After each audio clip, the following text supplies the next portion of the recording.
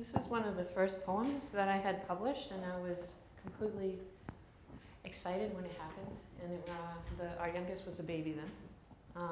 Jessie's Sunbeam. Jessie touched a sunbeam, golden curls, lightened by the rays, catching the dust in open fingers, examining the great wealth he had caught, only to find an empty hand. Looking full face in the brightness, he knew that if he tried long enough, he could get a fistful. Long before the shadows came, the sunbeam was abandoned. Jessie had caught all the dust he had needed.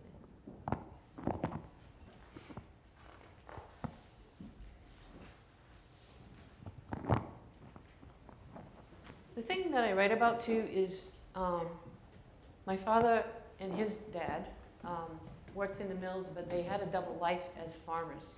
In the city of Waterville, we had almost 2 acres of land and a lot of farming. So he was more in love with farming than anything else.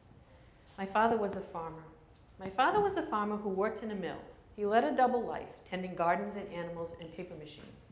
His ancestral calling was the earth, his friend, mentor, creator.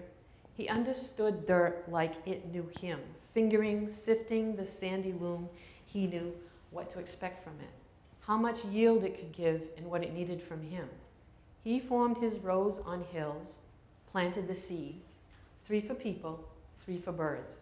He always planted for the birds.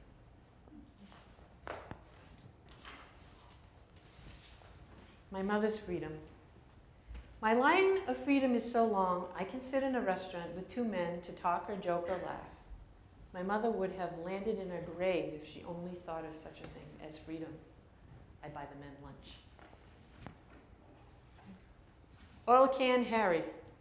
The paper machine man in his can of oil is my knight in shining armor because he told me it was okay to cheat if it meant you had to win or be equal in a situation of foul play.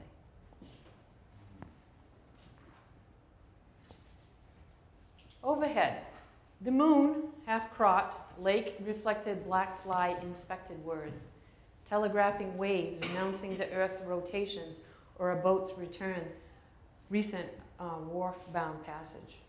Paper-focused dizziness, waves in appear as if waves out. Dragonfly scout the air between lake and moon.